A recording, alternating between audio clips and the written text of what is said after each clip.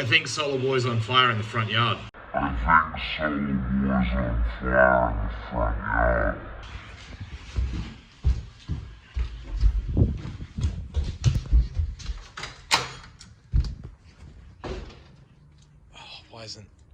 What's going on?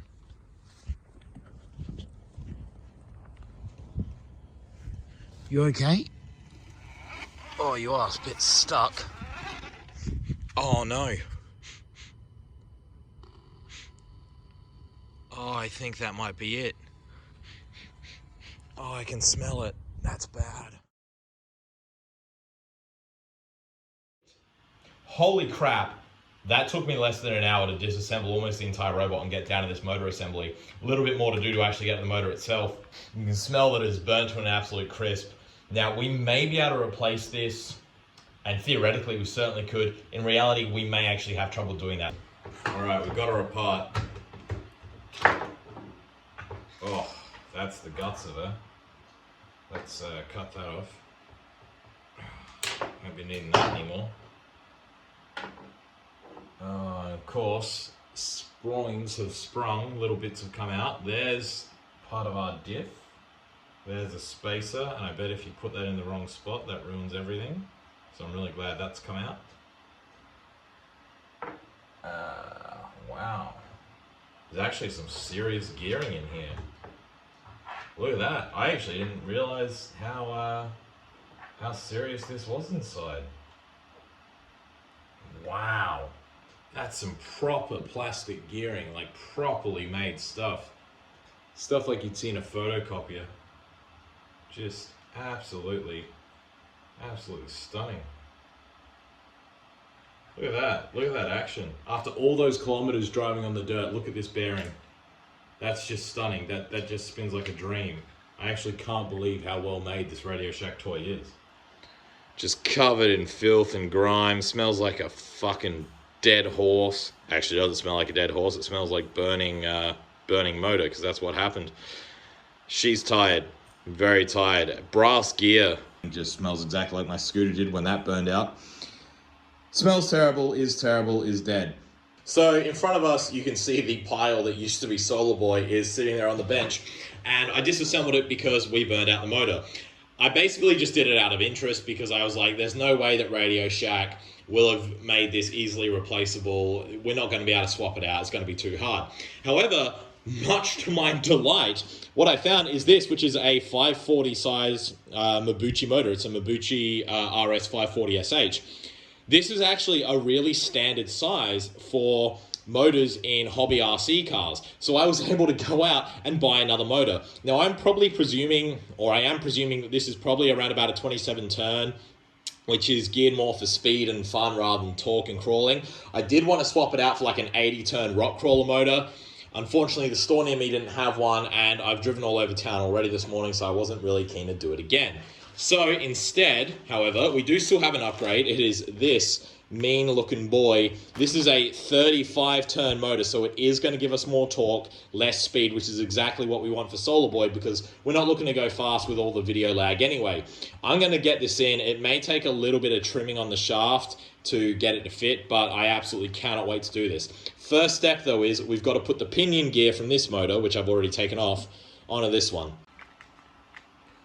Just checking the fit, and I think that's going to do nicely. I haven't got the pinion on yet, but I think that's going to be good. Now, the trick to fitting a pinion to a shaft in a situation like this is taking advantage of thermal expansion. So what you do is we're going to put the motor in the freezer so that its shaft shrinks down, and we're going to go and put the pinion somewhere hot. We might even put it in the oven. Basically heat it up to a temperature where it's not going to damage the metal or change any of its properties, but it's going to expand. Then, once we've done that, we should be able to slide the temporarily larger pinion over the temporarily smaller shaft, and it should be lovely. All right, we'll throw it in the old freezer from Fridge Reviews back in the day. Should be good.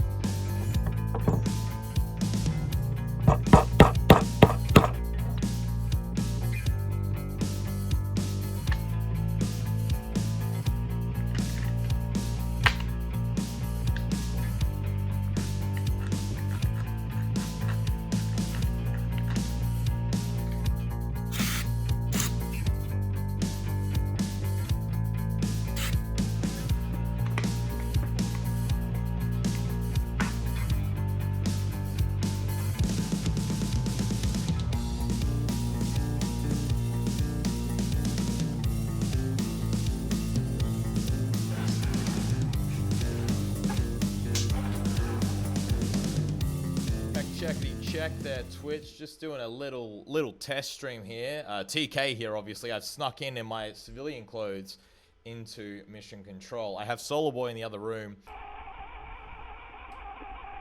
Just driving my front yard, and yeah, not too shabby. Yeah, this is really thick, so I'm not gonna fight with it too much. I don't want to burn out another motor because it took me forever to replace last time. But this grass is really thick. This grass is probably 10-15 centimeters high at least. The weeds are even worse, and we're just going straight through it. Look at this. So it is only going to be a short one today, but this is I'm really happy with this. But overall, this is working well. We're just going to try and look at this. This is like 5% throttle, and we're able to actually like climb almost. Whereas like before, I'd have to be on 40% throttle and I'd risk crashing into the curb. Come on, come on. We can do this. Come on. Oh no, I think we just broke the drivetrain. Oh, oh, come on! The pinion had slid off the motor shaft, meaning we had no drive whatsoever. This meant I had to take the whole rover apart again. I then performed microsurgery, drilling out the pinion to add a tiny set screw I crafted out of a bolt. This was exhausting, so I didn't film it, but you can marvel at the tiny work in this lovely shot here. The silver spot is the tiny set screw. I then had to grind it out so that it didn't interfere with the teeth of the gear. I then lathered everything up in red Loctite, reassembled, and gave it a test. This went pretty well, so I then drilled inspection holes in the gearbox to make sure everything was solid and reliable. Being about the stupidest thing you could possibly do, this filled the gearbox with broken plastic, so I had to do a fourth disassembly again. Eventually, I got everything cleaned up, reassembled, ready to go, and tested. We deploy tonight. Hold on to your hats, it's gonna be a hot one. 11 PM ACST, twitch.tv/whatuptk here. See you there, TK out. We're getting out of town!